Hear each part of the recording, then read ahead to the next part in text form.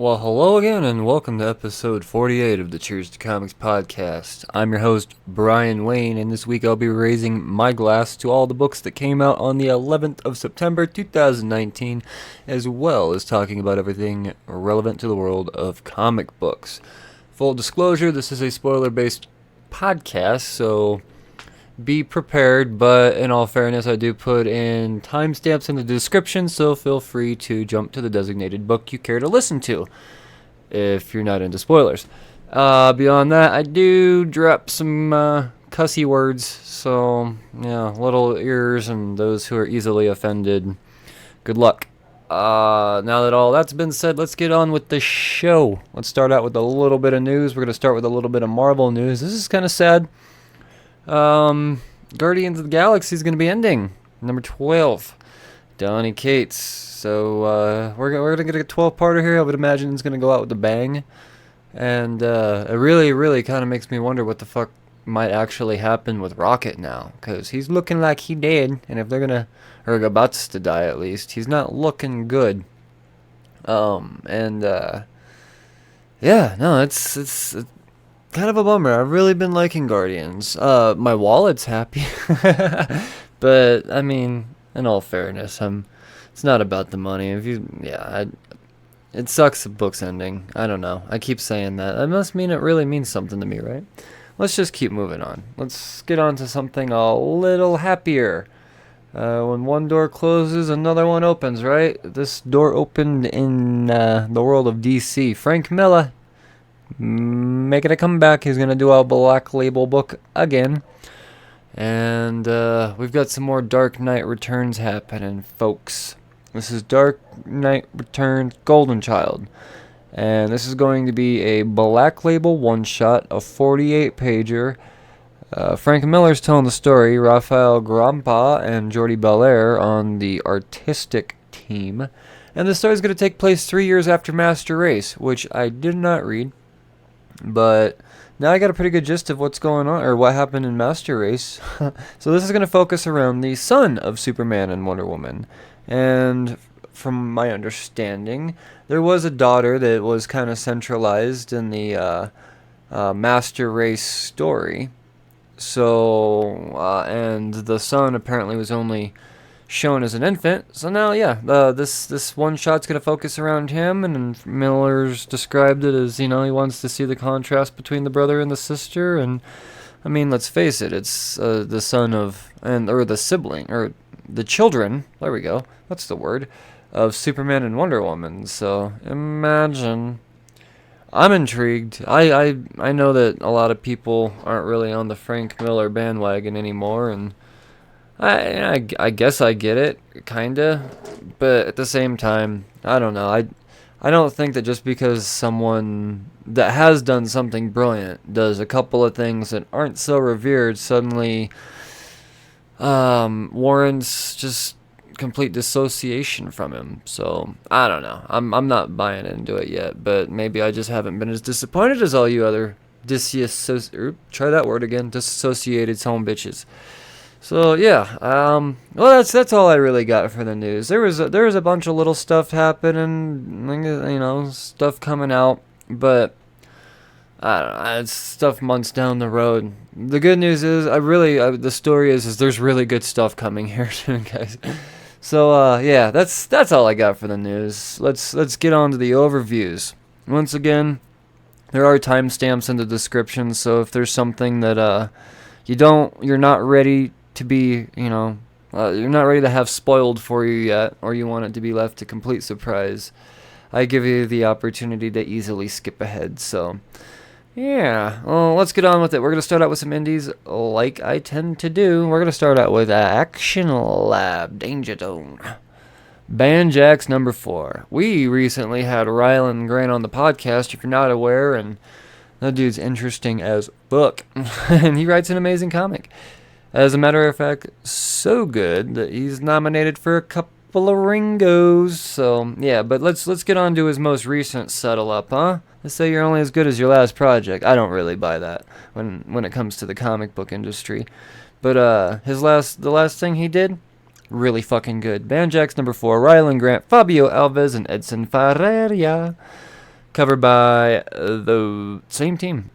So this issue's picking up just a little bit after where the third one left off, and what really went down in issue 3, to kind of give you a quick catch up, is Mason Laird, aka Banjax. He discovered Abel Raines, aka Gyro's, little secret to his team of, taking down motherfuckers like Banjax. And that is the C227 drug. Well, once Banjax discovered it, essentially he was already more badass than anyone out there. That's why this drug had to be created, so that, teams of people could stand a chance against a non-drugged up Banjax. Well, imagine when Banjax gets the drug, and he's not worried about side effects because he's already been given a very short period of time to live. That's really the premise of this whole story. That's what the fuck's going on here. So now that Banjax is whooping all that ass, Gyro suddenly looks like a little bitch in the media's eyes and Gyrotech's eyes. That's essentially the one backing his whole idea and movement and yada yada yada. So yeah, Gyrotech essentially, they said, dude, you've made us look so bad. We're liquidating our stock. We're separating everything from you. You're no longer associated with Gyrotech at all. Yeah, peace, bitch. So naturally, Abel, he's struggling with that, and he's, they're talking with his girlfriend, and his girlfriend's like, oh no, everything could be better, and near. Well, she's got this syringe in her hand when they go to embrace each other in this moment of, oh, everything's gonna be okay, and she sticks his ass, and she explains, while she's doing that, they're really kind of having a conversation without knowing about what's in that syringe, without really him knowing that there even is a syringe, and that is essentially that when Banjax compromised all of the C227 out there by breaking into the facility and making sure that not even Abel has the ability to obtain it anymore. What no one knew, apparently, except for Abel's girlfriend, is that there was a secret, pumped up, better version being developed. And since no one knew about it, who knew to take it? And that's what's in that vial. And she sticks him, and he goes crazy for a second. He's like, hey, bitch, told you I was done. But suddenly he starts seeing clearly again, and all comes down. He's like, all right, you know what? Let's go fuck some shit up. So he hits the streets, and immediately he's caught saving a rape. He looks good in the public's eyes suddenly, and then over time, he gains his momentum again and says, all right, bitch, let's go.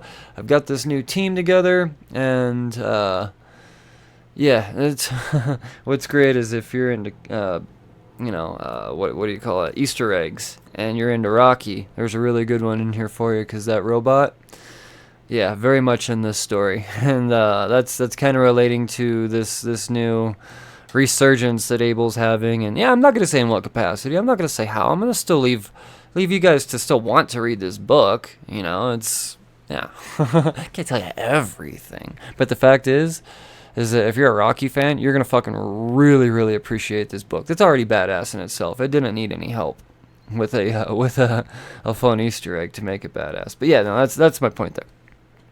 And yeah, well, what it comes down to really is that a battle in the end. Abel and Gyro, they go face to face. Now, what I'm not going to say is how it ends up, because like I said, this is, with Marvel and DC comics, maybe even Image comics at times, I don't have a problem with completely spoiling everything. But with these indie comics, I still want you to go out and drop some money on their fucking books. It is part of my method, if you will. But at the same time, you will enjoy it. It's not just a marketing method. Nobody's in each other's pockets here between me and the creators. I just want to say that now. But I want there's still lots of other stuff to be desired, and these indie books, yeah, there's some things just can't be spoiled. And I will say one thing, is that this is definitely, it gives a lot of promise to the next season or arc if you're a comic book fan. But Rylan likes to refer to his stories as seasons, because he's a movie guy. But at the same time, this book feels like a fucking movie. As this really all feels just like the first act. It's great. But yeah, no, it's this is the fourth part to Banjax, and I highly fucking recommend it. Especially, like I said, that ending, so good. Let's move on to IDW now. We've got Canto, number 4. David M. Booher, Drew Zucker, and Vittorio Stone. Covered by Zucker and a Stone. So we know Canto and his little Malarax friend, they're off to the City of Dis. And when they get to the City of Dis, they get to the gates, they're greeted by a couple of giants. And these giants, well, they're not going to let them in. But at the same time, they're trying to get in. This mysterious woman, she walks up saying, claiming she has no relation, and it's all completely coincidental that two separate parties want to get in at the same time. And yeah, there's been no indication that she's with them at all. She just says, look, I'm here to offer up a trade so I could feed some of my starving people. I just need to get into town so I can do some bartering and shit. Well, giants, they're not having it, but this woman, she's able to somehow Jedi mind trick their dumbass giants into kind of bickering with each other so much that they don't even see the Malarax and Canto and this lady get in through the door. And when they do finally come to and realize, or no, I wouldn't say come to, she really doesn't put a spell on them or anything. She just realizes that giants are so hateful, but they hate nothing more than themselves. When you could pit the two against each other, it's pretty easy to get them going because, like I said, they're just a self-hating type of, breed of race. I don't fucking know words. God damn it. Why do I do a podcast? So that they get in. And when they do, they kind of, they go their separate ways. Because like I said, they weren't there together. She was able to, if I'm going, you guys might as well come in too, kind of thing. Well, while Canto's all up in the City of Dis, trying to make his way towards the Hooded Man, he realizes he's being followed by these witches. And then, wouldn't you know that... Try again, Brian, jeez. Wouldn't you know it, that mysterious nameless woman shows up again, and she, shoo, you little witches. And, and she explains, okay, these witches are actually called Furies, and they are manifestations of the Hooded Man, and we get a whole explanation of, her perception of the Hooded Man, because we've had at least one, explanation of what the Hooded Man is now, and she goes into a little bit more depth on all of it, and, looks like we're gonna end off with a little fighty scene between the Furies and, some Canto and some Malarax and this mysterious woman. I think she knows what the fuck Canto's up to. Either that or she didn't and just became instantly intrigued. Either way, I'm digging the shit out of Canto. Let's move on to Image Comics. We've got Outer Darkness, number 10, John Layman and Afu Chan, covered by Afu Chan.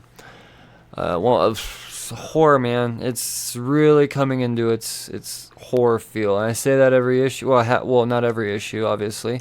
But the last couple, and this one again. I don't know if it was as horrific visually, but as far as the idea of all, and the way it's paced, storytelling wise, it's done so well. It really is. This is, well done. It's cool to see Layman really doing the horror thing on another level. So we've got Crone, who is kind of the old lady and advisor to the captain. And she fears something's wrong on account of her other half, her sister, the night side of her. She's gone missing.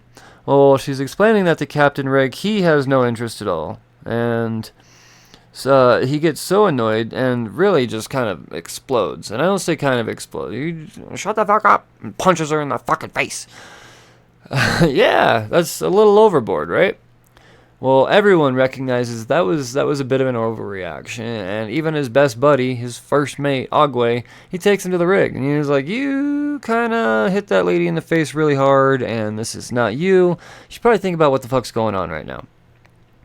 Well, I gotta mention throughout this book, the thing that makes the storytelling of this book as great as it is is that we keep getting flashes of them referring to now. And that, so what that's saying is all of the stuff that we're seeing, as far as the actual story that's playing out, has already happened. So, and when they say now, what we're seeing are all these characters. They're kind of entangled in these vines, and they're out of it. They look like they're dead, to be honest. But kind of like an Invasion of the Body Snatchers type of vibe is kind of what I'm getting out of it. But the thing is that there's an exorcist on the ship. Oh shit, what's his name? Reno. Yeah, Exorcist Reno. So he's really the one that's, he's recognizing what these vines are and all that shit. And but I'm gonna save that. So while Riggs is locked up in the brig, the ship needs a new captain. It's not Agwe, it's Prakash. So Prakash is now the acting captain, and she realizes that, oh shit, that's the Talus motherfucker's on the loose, and he's out there with Sato Shin.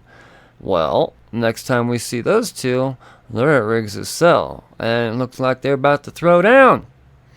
Well, they're not affected by this vine thing, obviously, and that's all explained when Reno shows up. And he does what he does to kind of save the day. And that's when it's all explained. These vines are called hate blossoms, and really what they're doing is all of this shit that they think they're seeing, him punching the old lady in the face and all this other shit, that's actually all just a hallucination. And it's just causing like these rage bursts, and yeah, there's so much more to it than I'm actually explaining. But the fact is, there's a twist. And well, once Riggs comes to and realizes, oh shit, it's all in my head, and he realizes, oh, it's a Talus, by the way. I'm gonna feed you to the engine now. I'm fucking done with your shit. You're gonna die. And that's where this issue leads off. Leaves off. I liked how this one went. I liked the pacing of the story, how, we'd get this weird thing that's going on, then you just flash over to this completely blued over type of panel, just showing all of this, like, what the fuck is going on type of shit. And then we go right back to the story. But like I said, the story that we're reading all took place in the past. I don't know. It's just great fucking storytelling. Period. We've got more Image. Let's go on to Reaver number 3. Justin Jordan, Rebecca Isaacs, and Alex Guimaras. Covered by Becky Cloonan. Alright, well, our little ragtag team of fuck-ups, they approach an Escaline outpost. So they're on their way to Anvil. But first, they need some shit at this outpost. And the shit they need is the specific set of papers and the head of, an Escaline intelligence officer.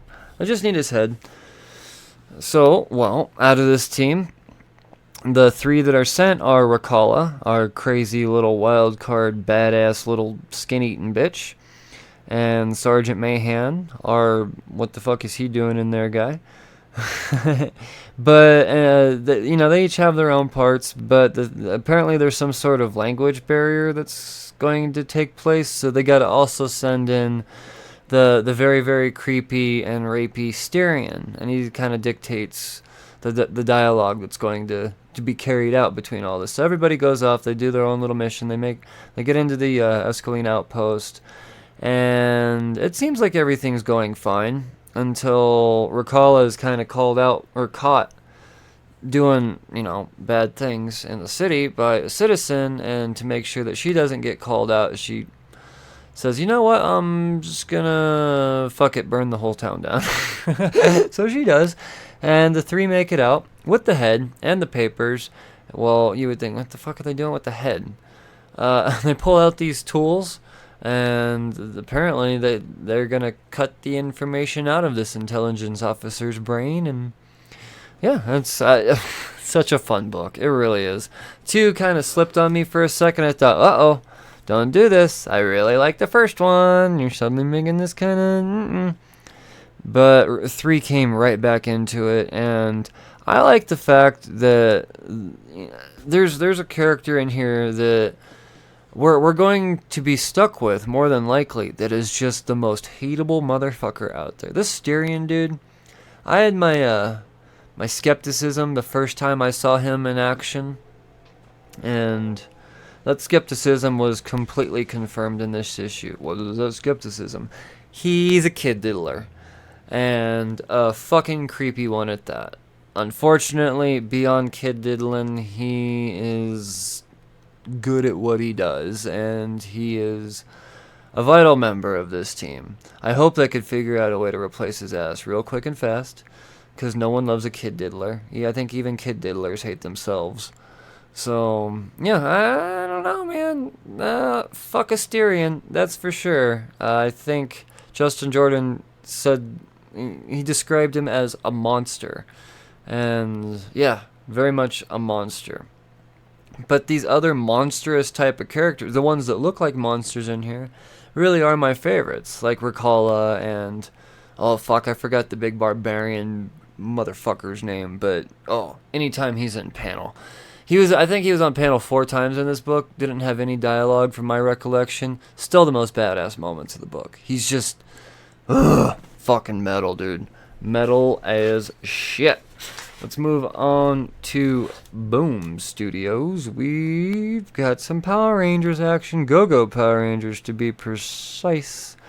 Go-Go Power Rangers number 23. Ryan Parrott, Sina Grace, Francesco Mortarino, and Raul Angulo. Covered by Ivan Shavrin. So, we know that War Bunny's on the loose on account of Lord Zed being a prick, turning Mr. Tinkle Fluff, or I really forgot his name, sorry. But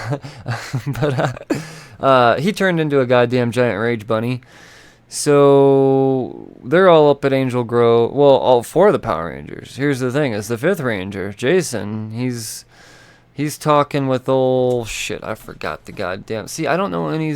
Still don't know any of these new Rangers' names. He's talking with the one of this entity type of powerful Ranger. I don't know. Good lord. I need some help with Power Rangers, clearly. Fact is, he's seeing this future, and that's keeping him from being able to be communicated to by Alpha. So, keeps going to voicemail. And eventually, after he sees what he sees, he's able to get the call. He goes to Angel Grove, and they're able to form a... No, it's not a Megazord. I don't know what the fuck they call it, but they form it, and they whoop up on War Bunny, and War Bunny goes back to Fluffy Dicks, and Trini decides, you know what? This volunteer shit is for the birds. I am clearly a target, and I gotta stop hanging around all these innocent people and shit. I know it's weird logic, but okay. I think she's just trying to get out of being a fucking volunteer. I get it. Whatever excuse you got. It's cool, Trini. It's cool. That's just my opinion, man.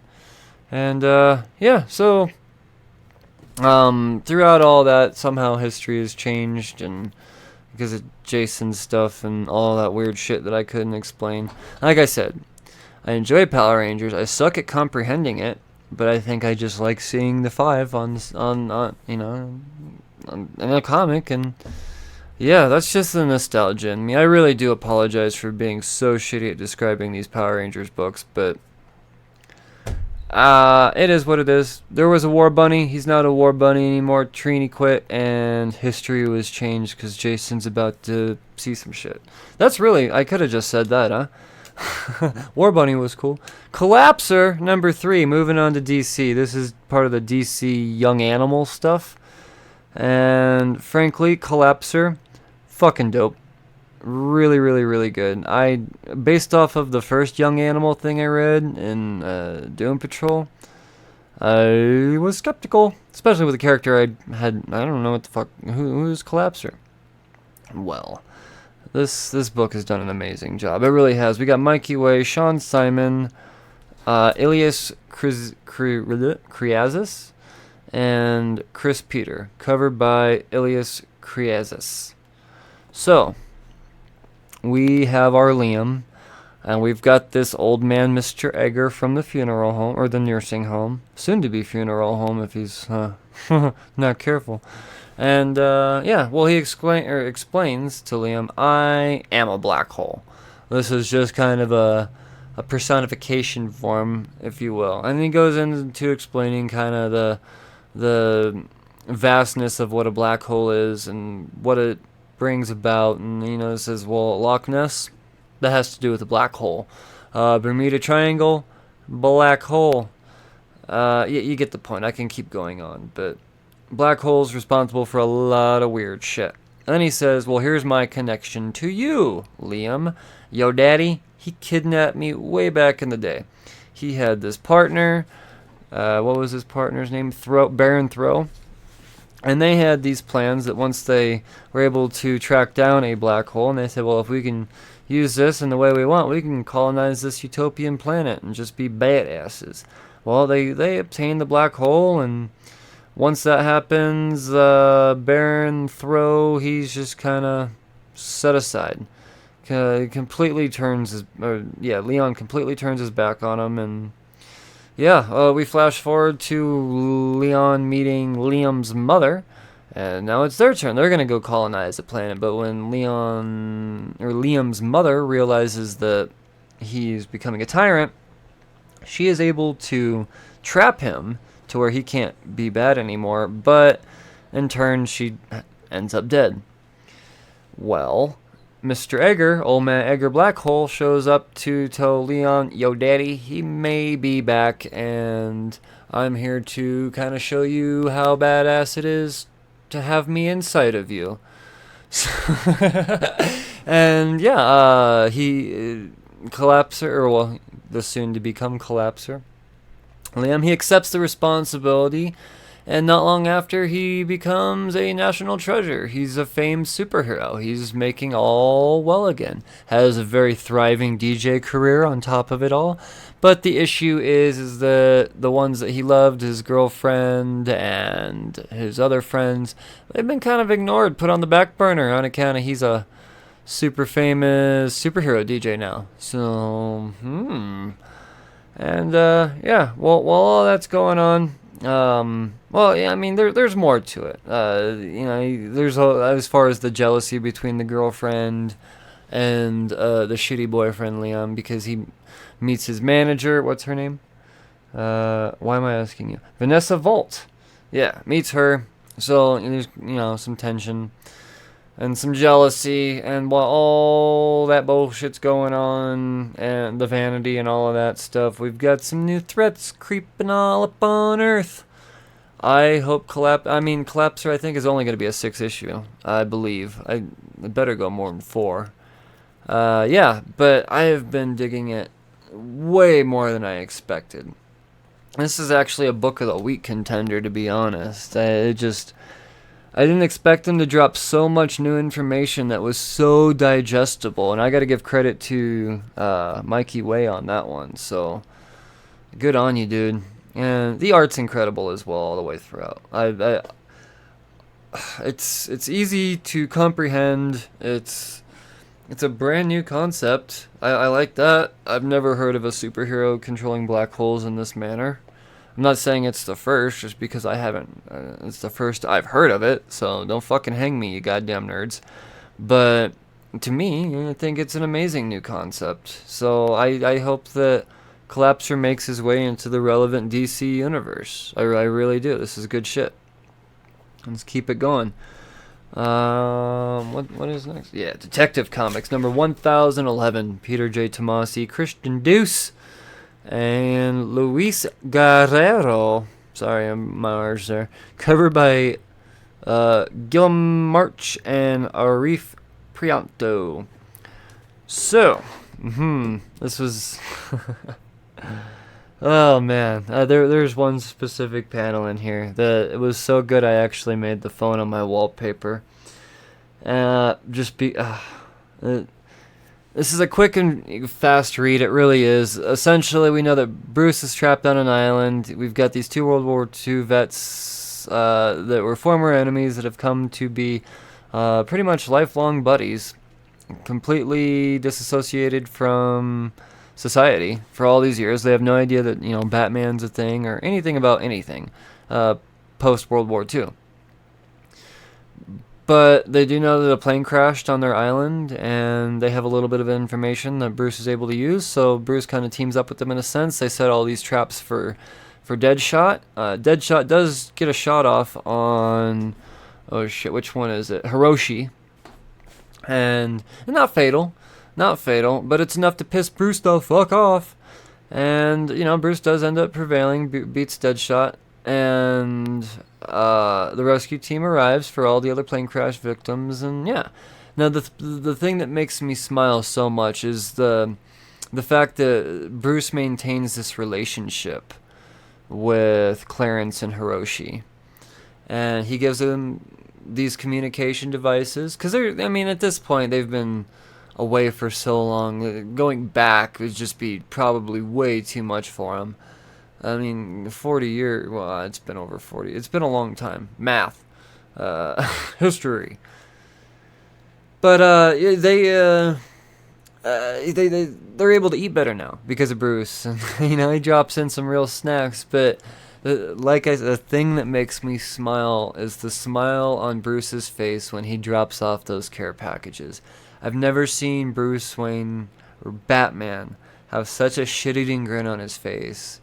And it's because he's helping a couple of just random-ass old fogies that years and years and years ago, they risked their lives for their countries despite whatever the cause was. They were both incredibly brave human beings. And they were able to come together and form this relationship that started out of hatred.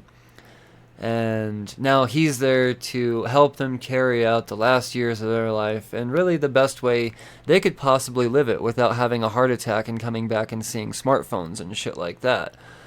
So the smile on Bruce Wayne's face has made it to my phone wallpaper. Oh fuck! Buy the book just for that panel. If you're not even into Batman, into any, you can't help but just feel warm seeing that panel. Seriously, it's amazing. It really is. It's amazing. That was Detective Comics. So, Detective Comics, 2011. A+ book. Batman, number 78. Tom King, Clay Mann. This is a City of Bane interlude. We're going to get a 2-piece interlude. Tom King, you dirty rascal. I will say one thing. It's Clay Mann on the art, so it's fucking beautiful. It could be written in goddamn Arabic. And I'm going to enjoy this book because it's Clay Mann's a stunning artist. It's perfection. But the story in itself, I'm not saying the story's bad. I don't like these particular types of stories. Well, what's going on? Bruce Wayne and Catwoman, they're on an island, completely ignorant that Alfred's neck is all wiggly and snapped and whatnot. And Catwoman's trying to get him back into the right mindset, but they keep going to kiss, and then they pull away, and then they kiss, and they pull away, and then in the end they kiss because Bruce says something that gets Catwoman all juicy. So I don't fucking know. I don't like love story books. If they would have flashed over to I don't know. Just one torture scene with Bane and Robin, I would have been fine with that. I would have said, you know what? Cool. Keep it dark, motherfucker. This was some sappy ass bullshit. Sorry, I'm 100% the wedding is gonna happen. 100%.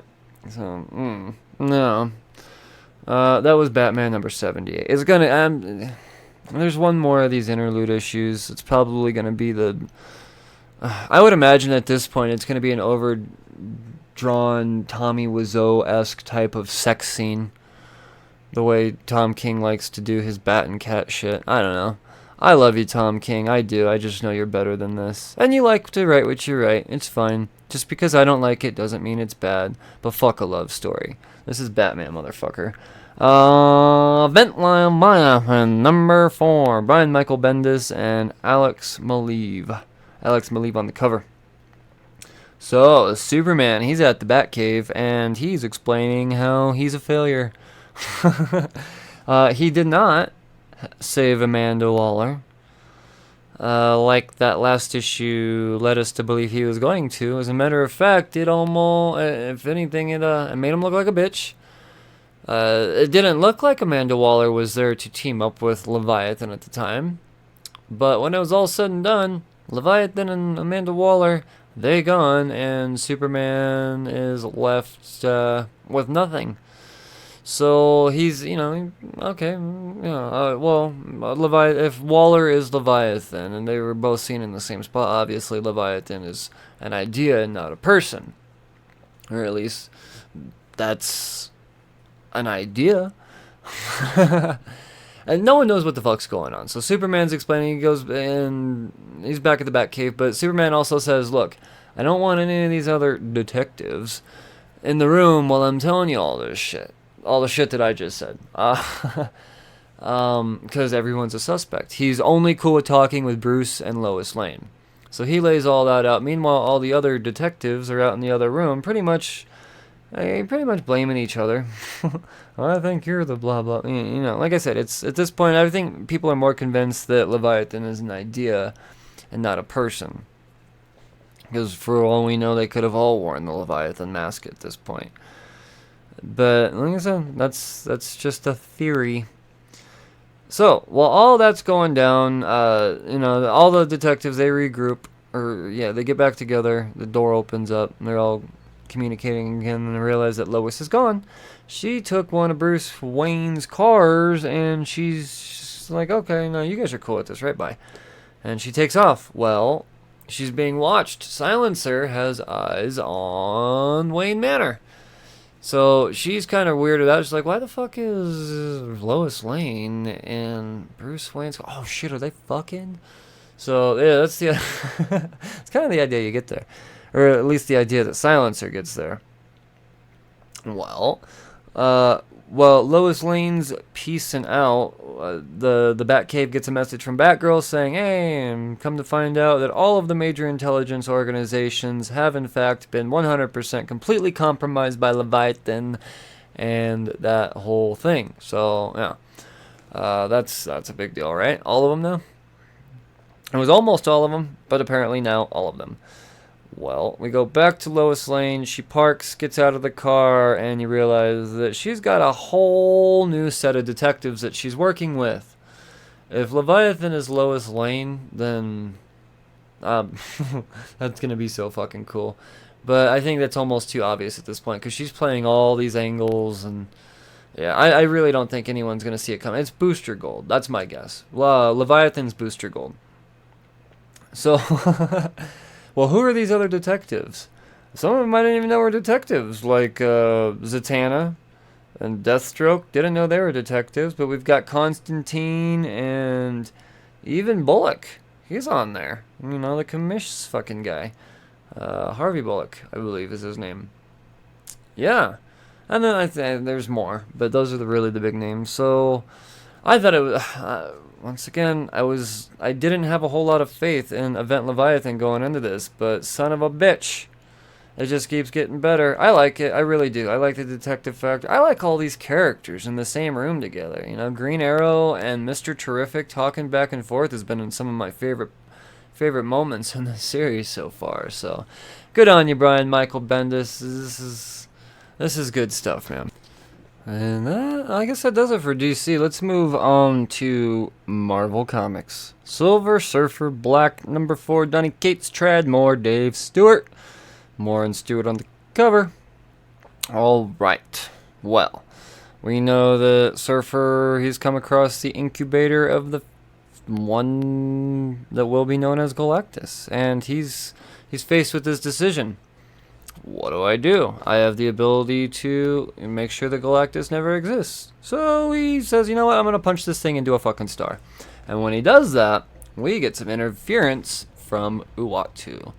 And Surfer even says, aren't you not supposed to interfere? And they're like, dude,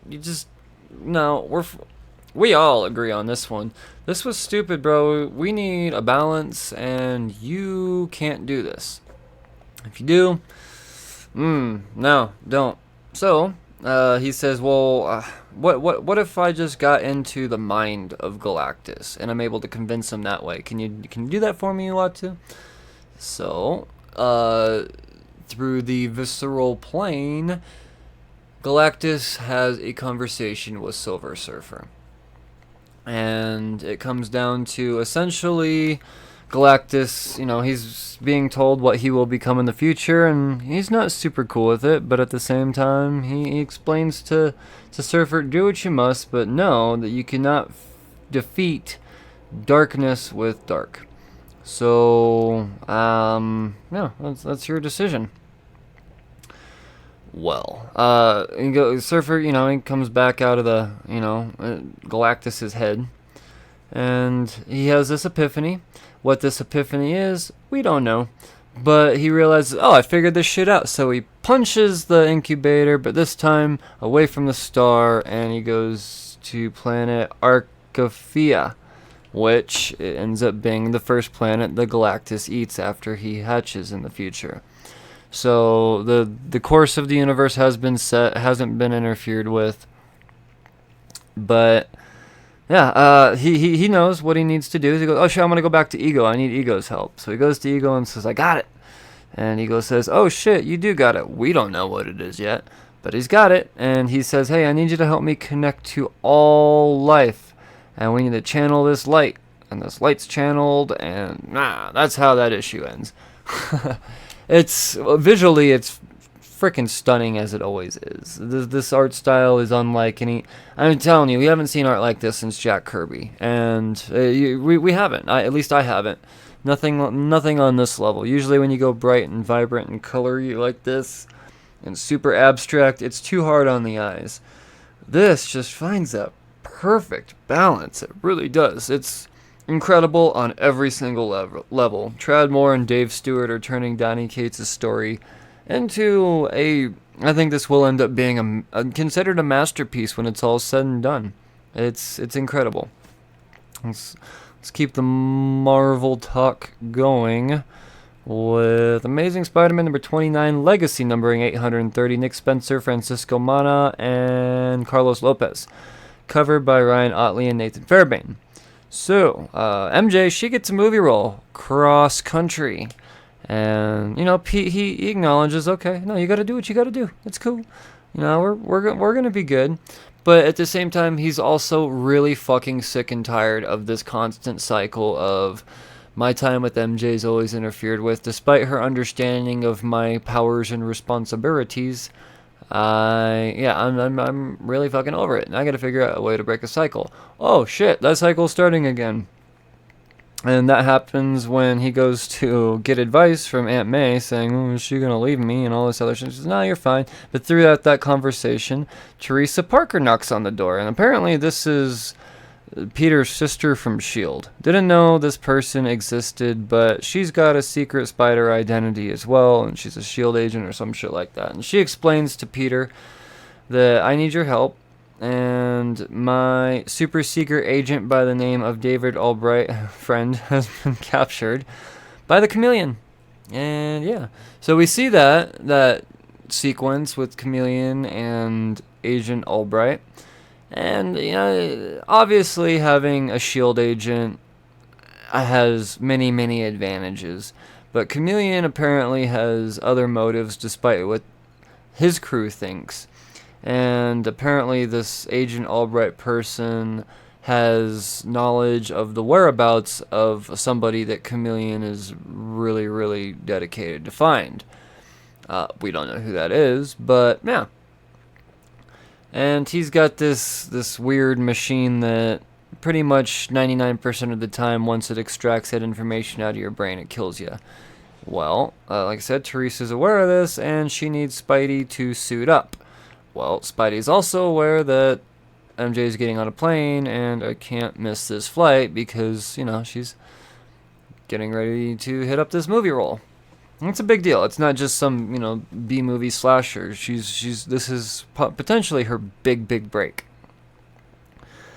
Well, yeah, no, Chameleon gets away. They find Agent Albright dead. And, yeah, Spidey, if anything, he's like, fuck, we didn't get anything out of this. I missed MJ's flight. We found a dead guy, I guess, but he was still gonna be dead when we got here later. So, yeah, he's tired of this fucking cycle over and over and over. And we realized that as he's beating himself up, and he's on FaceTiming MJ, who has already landed in LA. He pulls the, after that call ends, he pulls this ring out of his pocket, and it seems as if he was gonna propose. Well, that whole idea was shit on by his Shield sister. I thought this issue was. I actually think Spider-Man's finally starting to come into itself. These major retelling of event stories, it's already fucking happened. I hope those are done for a while. I like these little original stories that Spencer's doing, these little one-shot type of deals. You really get the idea of the bullshit that Spider-Man's going through. I almost feel like this was more of a friendly neighborhood Spider-Man type of story, but yeah, no, I enjoyed it. I really do, and I did enjoy this one quite a bit. Venom, number 18, Legacy 183, Donnie Cates, Ivan Coelho, and Rainbow Rado, covered by Kyle Holtz. This is an absolute Carnage tie-in. So we get glimpses of moments of different angles of events that have already kind of happened through the Absolute Carnage title, which I think is fine. The referencing is it makes everything make so much more sense. It really does. I know for the most part, a lot of these tie-ins haven't been completely necessary to as far as understanding Absolute Carnage, and not even. But Venom is a must-read. I mean, if you're not reading if you're reading Absolute Carnage and not Venom, you're severely mixed up, because that all comes from the pages, or Absolute Carnage comes from Venom. So this really is a must-read tie-in. But nevertheless, very, very entertaining. Very fucking entertaining. So we know that the Sleeper symbiote, he's there and in the presence of Dylan and Normie. And Sleeper's explaining, look, check it out. I'm actually here to help. I'm not a bad symbiote. I came from the planet of the symbiotes, and I saw and sensed some bad shit was afoot, and I came here to make sure none of that shit comes about. So I'm here to help. And then he gets fucking disintegrated. Maker's behind him. He's like, got him. He doesn't disintegrate him, essentially captures him. And now Maker, he's got all of these symbiotes and their little containment things, and he's getting his little codec extracting machine all ready, and he's explaining, I'm gonna have to do some testing on these other things before I work on you, Normie. Well, because like I said, Normie, he's had a symbiote in him, a Carnage symbiote, as a matter of fact, and he's scared shitless. He really is, and he tells Dylan, "We need to get the fuck out of here, bro."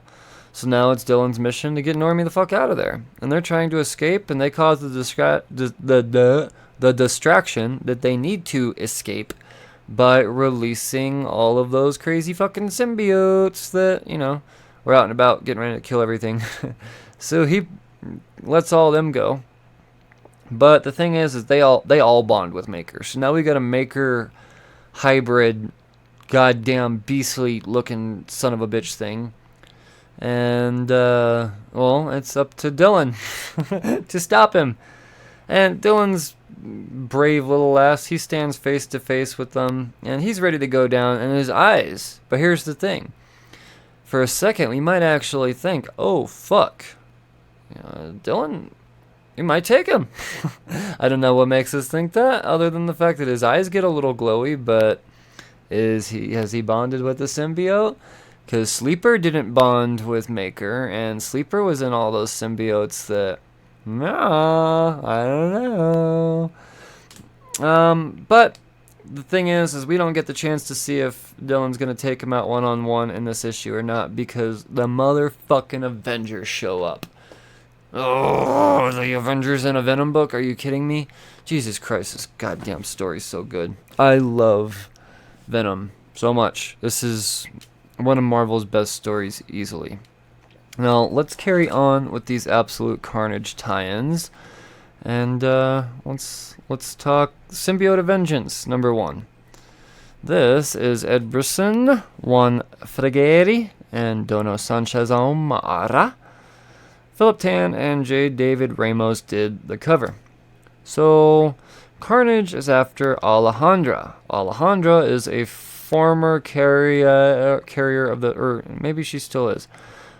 She's in Nicaragua just protecting her village. That's all she cares about. She at one point held the Spirit of Vengeance. Maybe she still does, and she's only the Spirit of Vengeance in Nicaragua. I don't know how it works. Yeah, I'm admitting it. I gotta read some fucking Ghostwriter. That's for damn sure. And then, yeah, well, Carnage is after her, and she's in trouble. Then we flash over to Danny Ketch.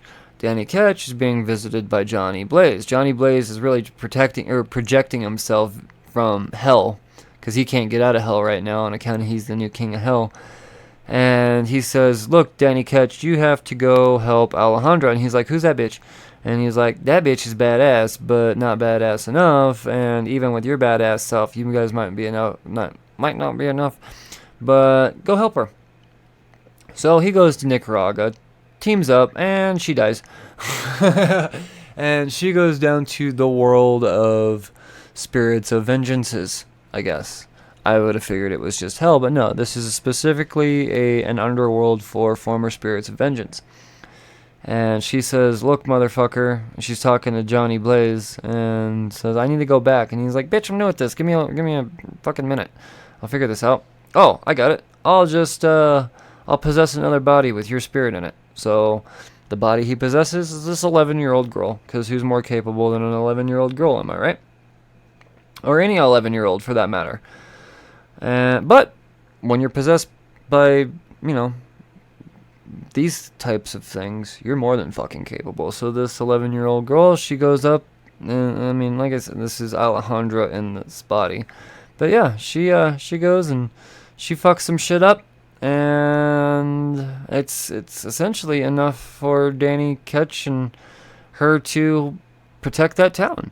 And it's not that Carnage was like, oh shit, I'm defeated. He was like, well, there's all of the spines that I need are gone in my belly, so don't need to be here anymore. Why am I wasting energy fighting all these motherfuckers? So that's why he gets away. But he gets away. And yeah, well, I don't know. I think the main point of the story is now Carnage also has a little bit of Spirit of Vengeance-y stuff kind of going on with him too, because he's got a badass motherfucking Carnageized hellbike. So I mean, I don't know what other point of this book was, but it was entertaining. It was beautifully drawn. It was a fun read. So yeah, why the fuck not? Not everything needs to mean everything, right? It is just about being entertained in the end, right?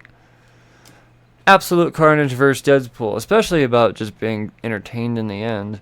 This, well, let's start out by giving credit where credit's due. Frank Thierry, Marcelo Ferreira, Roberta Poggi, Andy Owens, and Rachel Rosenberg, covered by Tyler Kirkham and Arif Prianto. So, DP Deadpool, he is facing a symbiote or helper of Carnage. I don't even know who it is really, but it's essentially a stalemate. DP does come out ahead, and Spidey's trying to get a hold of him, and DP's still kind of upset that Spidey shunned him in that first issue for being immature and yada yada yada. Really, what we get out of this in the end is another Carnage symbiote beyond the one that Deadpool just fucked up appearing, and he's claiming to be Cletus Cassidy, but Deadpool immediately is like, Norman, is that you? So yeah, Norman and his symbiotic self is like I said, trying to come off as Cletus Cassidy, as Carnage himself, while going after Deadpool. So I don't know what the end game to all that is, but like I said, this book has shown no importance to this story whatsoever at this point. There is still a third issue to this, so it could all mean something in the end. I hope we get something important out of this. I mean, the art's great. I think the writing, Deadpool's voice is way more in line in this one than the first issue. The first issue, I thought, even Deadpool wouldn't say that. That's super cringe. But this feels a little bit more on point. So Thierry's coming into his voice for Deadpool. But like I said, it was a quick flip through. It was a lot of fun. It was a lot of action. It was Deadpool being Deadpool. I mean, yeah, good stuff. Keeping it going, Daredevil, number 11, Legacy 623, Chip Zdarsky, Marco Cicchetto with back fuckers, and Nolan Woodard. Covered by Julian Totino Tedesco. Say it every time. I will never get tired of saying that name. Julian Totino Tedesco. So, your parents are fucking brilliant. Daredevil. There's a bunch of Daredevil imposters running the streets. That's an issue. Can't be having that, especially when you're not fucking Daredevil. You have no abilities, especially fighting abilities. Well, Matt, in that last issue, he was faced with Elektra, and he stands face with her still. And she pretty much says, "You're a fucking disgrace, and I'm about to be your new stick, and I'm gonna train you." And he says no. Well, even though he declines, he's still very worried that she's going to be following him around and trying to convince him, and following Daredevil around would eventually mean his identity being exposed to her. And that's dangerous as fuck. So, yeah, he's just got so much drama in his life right now. He's fucking a mob boss's wife and all this other stuff. Really, the main point of this story doesn't really have as much to do with Daredevil as it does the supporting cast. And Detective Cole, he's kind of kicking himself in the dick because he's torn on the fact that he didn't really, he's withholding information. He actually knows stuff about Daredevil now, but Daredevil just saved his ass. So is it really worth? I mean, yeah, his perception of him is a little skewed now, but he's still got to be a cop, and he's got to go out, and his mission right now is to detain all of these imposters. And while he's out detaining an imposter, Spider-Man interferes. I think that's really fucking cool. Spider-Man, he webs him up and says, "You and I, we're gonna have a little chat." And essentially what he says is, Daredevil, he's a good thing for this city. And yes, despite what the law says, you can uphold the law, or you can save lives. And first of all, that is a badass fucking line.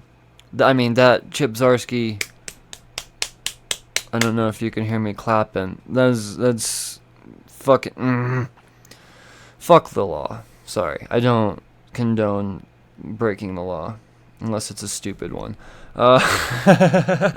Be your own judge. Yeah, so we get the whole thing, but beyond all of that, we still get the fucking Kingpin. And Kingpin, he's not happy with the fuck the Owl's been doing. So he's got the Owl all up in the desert having a secret meeting. And, normally Kingpin's going to put a fucking bullet in his head. But he says to the Owl, "I'm not the man I used to be. When I was a boy, no, sorry. No, he pretty much says this wasn't part of the agreement. You're out being a fucking cocksucker, and yeah, we had kind of a good thing going. So what I'm going to do is I'm going to send you on a vacation. Get on my plane, bitch, go to an island, think about what you did, and in that time, I'm going to fix all your bullshit."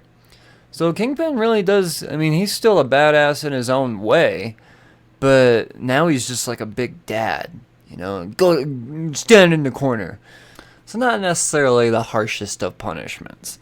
But I'm sure that there's something there's something more to all that. But it doesn't matter because the offer is not accepted by Owl. He's able to escape the binds that Kingpin and his men have him in, and he fucking takes off and says, "Fuck you, bitch," and flies away. So yeah, I would imagine that Kingpin at this point, if he didn't already have something fucked up his sleeve, Owl's fucking dead now. Don't get attached to Owl, people. Kingpin gonna kill him. Daredevil is absolutely amazing, and I could not be happier that Marco Cicchetto and the colors by Nolan Woodard to complement it. Perfect. Doctor Strange, number 19, Mark Waid, Jesus Saez. So, Doctor Strange is coming to an end at issue 20. I would have thought that we'd get this crazy giant arc to end it all, but actually no. I actually went into this book with zero expectations. I figure at this point they're just gonna, let's just get this shit over with. This was actually a really good fucking story. Very self-contained, one-shot type of story. There's a car accident that happens, a mom and her kids, and it happens on a road where this entity is it's been doomed to that spot. So what it does is essentially it just causes all these car accidents in the road. So this happens, and Strange arrives, and this boy, he's hemorrhaging. Well, he ain't no doctor anymore, even though he knows exactly what to do. And even then, he's really fucking out of practice. And he tells the lady, look, I can't operate on your son. And she says, well, what kind of doctor are you? Well, he realizes, fuck, I gotta try. I have this oath to uphold. But at the same time, he's very countered with himself and the thought that, is it right to put the all of humanity behind this one life and this one child? Well, why would you say that? Well, in order for him to actually be able to have any chance at all, not even a guarantee of helping this kid, he has got to go visit Chinook, the keeper of the forbidden spells in the astral plane. And these are all the spells that all come at a very unknown, mysterious, usually pretty fucked up cost. Sometimes no cost at all. But it could be anything. And, no one goes to these spells. And even when Strange arrives, Shinnok's like, oh, fuck. Okay, there are still things out there. I haven't seen anybody in a while. So it makes you wonder, fuck, no one wants to play with these things. Well, he says, all right, I need a spell that's going to restore my hands. And he takes that chance. And he saves that boy. And in the end, you're thinking, okay, what's this price? And I'll be fucking goddamned if somehow it seems as if there is no price. Strange is more than happy that he has his hands back. He's still super magical. That boy's alive, and all's well. And even throughout the operation, while that stupid goddamn road ghost keeps coming back to fuck shit up, just because he's bored, he's still, he's able to defeat him too, so he's still got his, it's badass. It really is. I dug this book so much. And the way he defeats him is actually with his words. It's incredible. So yeah, no, I didn't tell you everything. There's still shit to be desired.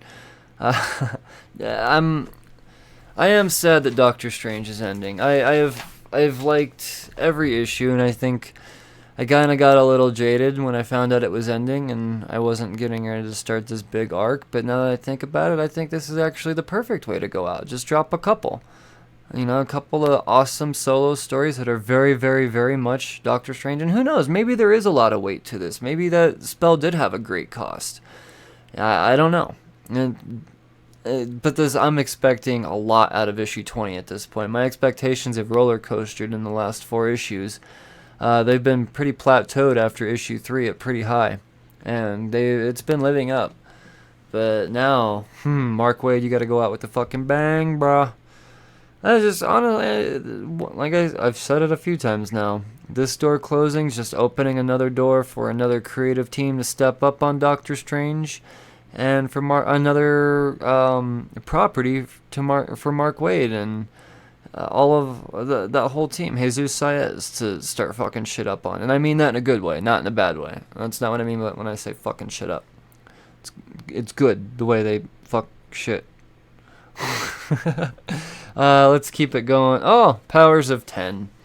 Number 4. Jonathan Hickman, R.B. Silva, Marte Garcia, covered by Silva and Garcia. I understand the first half of this book, so I'll talk about that part. This is year 1. Xavier and Magneto visit Mr. Sinister, and there's a lot of Mr. Sinisters out there.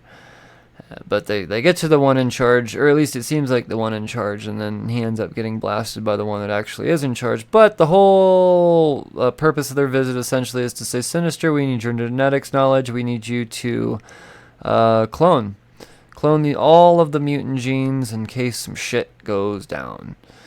And that whole meeting is very interesting, very enjoyable dialogue throughout it all. I liked it. Then we go over to year 1000, and I'm just fucking lost as shit. I have no idea what's going on. Based off the textbook pages that are in there, we know the Krakoan language. They explain how it's able to be understood and deciphered without cipher. They're to decipher. Yeah, so I don't mean to knock this book at all. I've just, for the most part, I feel really fucking stupid reading Powers of 10 because I don't know any of this shit. I was under the impression that you didn't have to know anything about the X-Men to jump on this new Age of X-Men line that Marvel's throwing out on us, but I feel like there's so many old school references in here that I'm just not understanding, and if I knew all this, I would be able to understand the book much more, or much easier. Maybe I'm wrong, and maybe I'm just self-conscious of my inability to understand this book, and I'm trying to find an excuse. I don't know, but I understood the first part. Kinda. I enjoyed it, I could tell you that much. I'm really lost on this whole X-Men revival type of thing. I wish we could have just kept Matthew Rosenberg's. Yeah, I said it. Matthew Rosenberg should yeah. But I guess now that I think about it, if he were to keep going, by now they would all be dead, so I guess I understand. Not that I have anything against that. Last book of the overviews, King Thor, number 1. Jason Aaron, Asad Rabik, and Ive Savorsina. Said it wrong. Deal with it. Asad Rabik also did the cover. So, way in the future, we've got Thor's granddaughters, a King Thor, and a Loki, the Necro God. Thor's granddaughters, they were at Omnipotent City at the Hall of All-Knowing, and there is this Shadrock character there, some sort of god. He doesn't even remember what he's the god of. He's been there so long. But the daughters, and I could tell you their names, but we'll wait till this story advances a little bit more, because at this point their names really aren't important. They're looking for the Nexus of the Gods. They need to be able to help granddaddy fuck up Loki. Loki now has all black, the Necro sword. That's a problem, and he's really there to just cause all of darkness throughout all of the multiverse or the universe or whatever the fuck he's out to do. He just wants blackness. He knows he's got to take out Thor. So then we go over to the fight between he and Thor. They just jump right the fuck into it. They go from the daughters. Meanwhile, this is what's going on. And it's Loki strangling Thor with his own intestines.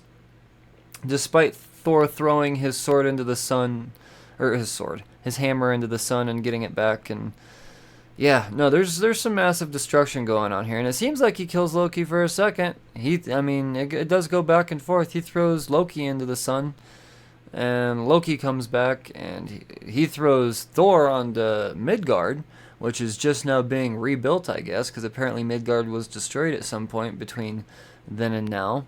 And yeah, it's all recolonizing, but Loki says, you know what, I'm going to kill you and Midgard at the same time. Fuck it. And just as it looked like that's getting ready to go down, sword goes through the back and out the chest of Loki, and that sword belongs to Gore, the motherfucking God Butcher. Apparently, just been chilling on Midgard. But you know what? Oh, dude, it's gonna. Man, I really wish this were more in a 4-parter, but it's obviously gonna just be banger after banger after banger, and then Grand Jason Aaron finale. Brace yourselves, guys. This is gonna be big. It is. It's gonna be really, really, really big. So hang tight. And that's all I've got for the overviews. That's not all the books I read, though. That kind of takes me into the honorable mentions section. And honorable mentions isn't necessarily other books I read. And just because it's not in the overview section doesn't mean that I disliked it. There just may be I couldn't find enough to talk about it. I like to fill at least 3 minutes on a book, and that's really what the honorable mention section is. It's the books that I couldn't fill at least 3 minutes on. So let's get on with it. Let's start out with, as I bump my microphone all over the fucking place, Miles Morales, Spider-Man, number 250. I thought for sure that this would be a book that I would have on the overviews, but as it turned out, not so much. It's an oversized issue. It is actually a key issue. Some stuff goes down in it. It's Miles' birthday, and then Ultimatum shows up. Now, the thing is, another reason why I chose to not particularly talk about this book is because I'm confused as fuck. Apparently, Ultimatum is also Miles Morales, and Miles Morales, who at times goes back and forth between a white guy and a black guy, the way he's drawn. I'm not gonna lie, I was confused. At the end, I was like, oh, he's black?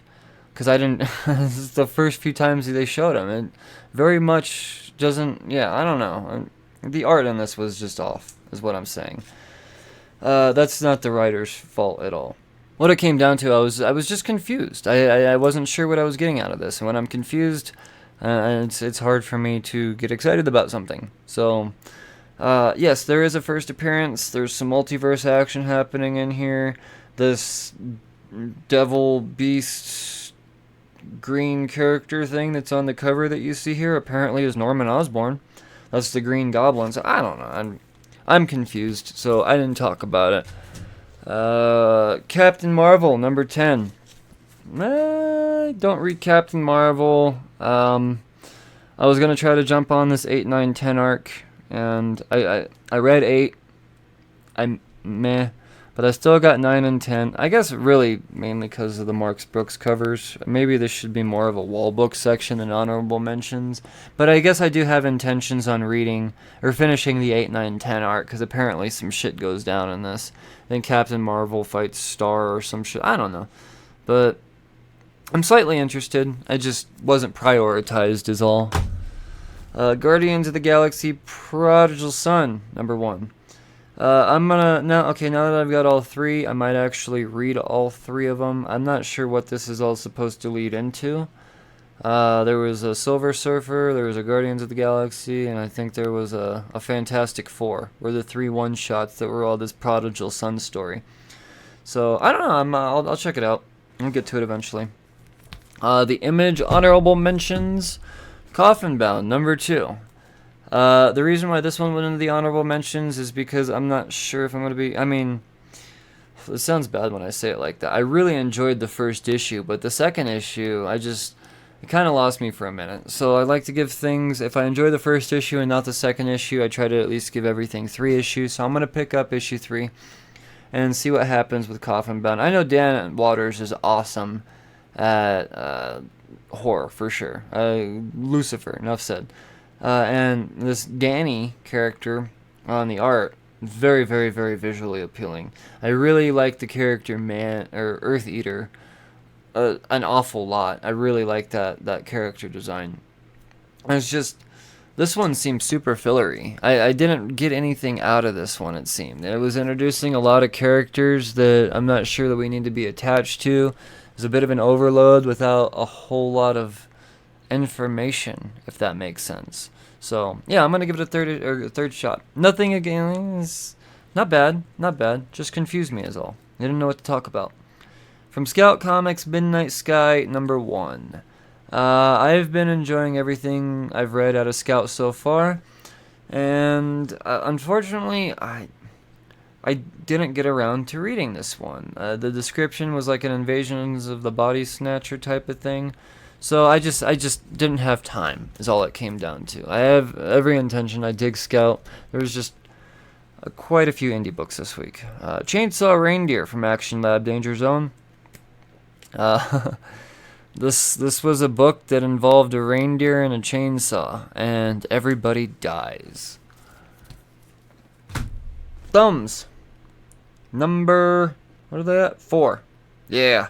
This is a book, I read the first issue, and I skimmed through the second issue. And skimming through the second issue, I thought, oh, I'm going to read all this when it's done, because I know it's a 6-parter.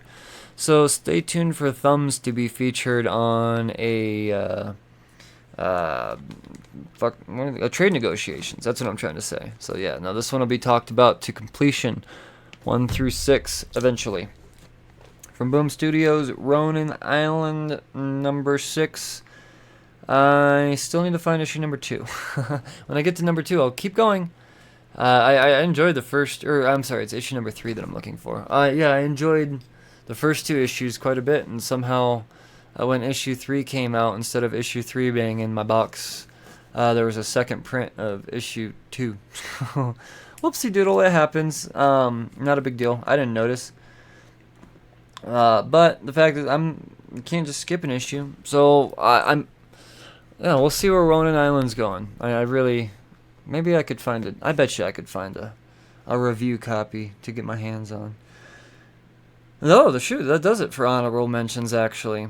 So by no means was any of that stuff bad. That's not why it's on the honorable mentions. That's just stuff that I couldn't fill a few minutes on. So I spent some time reading some books, but I also spent some time enjoying some covers, and that leads me into the wall books. This is the stuff that I buy strictly for the cover art.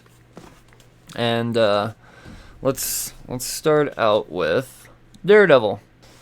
Daredevil did one of them Immortal wraparound variant covers that I told myself don't buy into it, because for one, it's because it's a wraparound cover. I don't know how to hang it without, really compromising the integrity of the comic itself. And I'm not gonna fuck up a comic just so I can look at it better.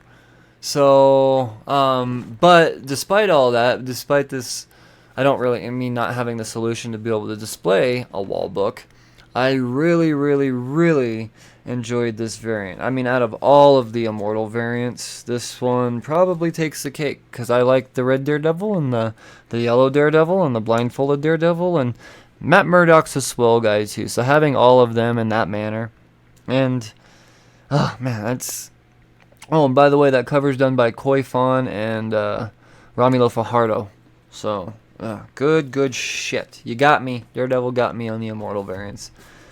Event Leviathan had a badass cover, so finally some DC's got me back into the variant covers again. That's not Catwoman. Who did this variant cover? It's a Leviathan cover that's got, oh shit, Ollie and Batman. Oh, it's Carrie Andrews. I knew that. Yeah, no, this is beautiful. This is a beautiful cover. Yeah, I don't know how to describe this. This is, it's gonna display nicely. I can tell you that much. The last wall book of the week is a Catwoman cover. And I'm just gonna come out and say it. Probably the cover of the year at this point. Who did it? Art Germ. This is, I believe, Art Germ's last Catwoman cover. So out of the 15 issues, I think he did 13 variant covers. I own all of them. And they are all displayed proudly. And if you were a fan of the Michelle Pfeiffer Catwoman at all, it was special for me, that's for sure. No, it was, fuck, this book is good. This cover is amazing. It looks photographed. It really does. This looks like a scene, a screenshot out of Batman Returns. It's incredible. And I think that goes without saying, my pick of the week, cover of the week, goes to Catwoman. It's just hands down. Yes, there was some good stuff. The Absolute Carnage Deadpool covers from Kirkham have been amazing. You just heard me getting all gooey over the Daredevil wraparound, but despite my scoffing at Art Germ bandwagoners, I love me some Art Germ Catwoman. I don't think there's anybody out there that's ever drawn Catwoman as attractively as Art Germ has. And he doesn't just do it one way. And my wall, a good hunk of my wall is proof of that. So good on you, Art Germ. Your Catwoman covers have been fan-fucking-tastic. And if he gets cover of the year 2 years in a row, oh man, all these other cover artists, they have their work cut out for them. That's for damn sure. If they want to beat out this cover, this one just beat out the Matina Spawn cover. I think it was Spawn 295. Nope, got it beat. So I'm curious to see what this end of year best of episode, what that brings about. Fuck, that book is good. Or that cover is amazing. Now, my interiors of the week. This one was This one was difficult for me. I, I might have to get. Yeah, no, this goes to Daredevil. It does. It was just. Chichetto's back, fuckers. Chichetto is back. I I don't I I thought it was too good to be true when it was announced that him and Zarsky were teaming up for Daredevil of all titles, and then he went away, and there was no sign of him coming back. At least that I was aware of. I don't read the previews, to be fair, or at least the Marvel and DC previews. I only read the indie previews. So if it was solicited, then great. Shame on my ignorance, but I think my ignorance just made this so much better. it really did. The only it was brilliant. And the Detective Comics almost got Interiors of the Week just because of that smile, that Batman smile. I'm gonna fucking go on about again. But as far as overall, it's just so exciting to have Chichetto back on Daredevil. So. Yeah, Interiors of the Week. Story of the Week. This one was real tough. Man, the indies really brought it. Outer Darkness was way the fuck up there for me. Banjax was incredible. I mean, you would think Jason Aaron King Thor would be a shoo-in for me. But Venom takes it, man. Venom, after careful consideration, Venom gets Book of the Week. I think the determining factor of that was the motherfucking Avengers. I think that was when I was really trying to give everything a fair shot and consider it all. I remembered, whoops, the Avengers were in this one, and in a badass manner. So, get excited, fuckers, get excited. And those are my picks of the week. That was all the stuff that tickled my fancy. And, that's really all I got to talk about. But I would like to remind you, nerds, of some things. This podcast has been brought to you by WestCoastGeek.com. Shop at WestCoastGeek.com for all of your geek merchandise. And they do not discriminate. There's amazing action figures that I'm fixing to pick up myself here real soon, especially a Wolverine one. The t-shirts and all the apparel on there, the backpacks, it's not your typical Kmart type of shit, guys. It's not, and it's not shit at all. It's good, and the carrying comics as well. So why not pick up a fucking comic or two, huh? WestCoastGeek.com, and when you do that, this is the most important part. Use code Cheers to Comics. I'm gonna save you 20%. So at checkout, Cheers to Comics, save yourself 20%. And with all that, I believe it has been a podcast. I'd like to remind you all to reach out to me. When you do it on Twitter, at Cheers to Comics. I have an Instagram as well, Cheers to Comics Podcast on Instagram, but it's not nearly as informative as my Twitter feed. And it's the best place to communicate if you guys have things that you want me to talk about, stuff that I haven't been touching on that you want to hear more of on the podcast. I'm more than willing and accepting to those ideas. So just hit me up on Twitter saying, oh, you don't talk about this good.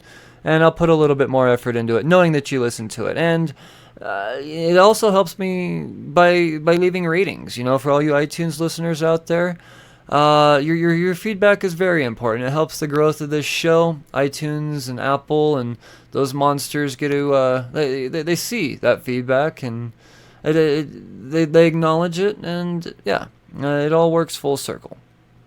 So do all that, and last but not least, support on Patreon. I like money, and I really like the money of my fans, because once again it acknowledges the work I put into this, and that work it'll only get better with fundage. I put everything I can into this, and there's so much room for growth. There is, and you can do that with your help. And there's tons of tiers to choose from. There's tiers that eventually end up having me send you out variants every month. You send me a few books, I send you out a book. Bucks for books. I think that's just how the market works to begin with. That's not any new concept, bucks for books. But you get the idea. So the gist is I appreciate your support. WestCoastGeek.com, Twitter, Patreon, yeah, it's been a podcast, guys. I really do appreciate your time and listening, and you fuckers read responsibly. Cheers.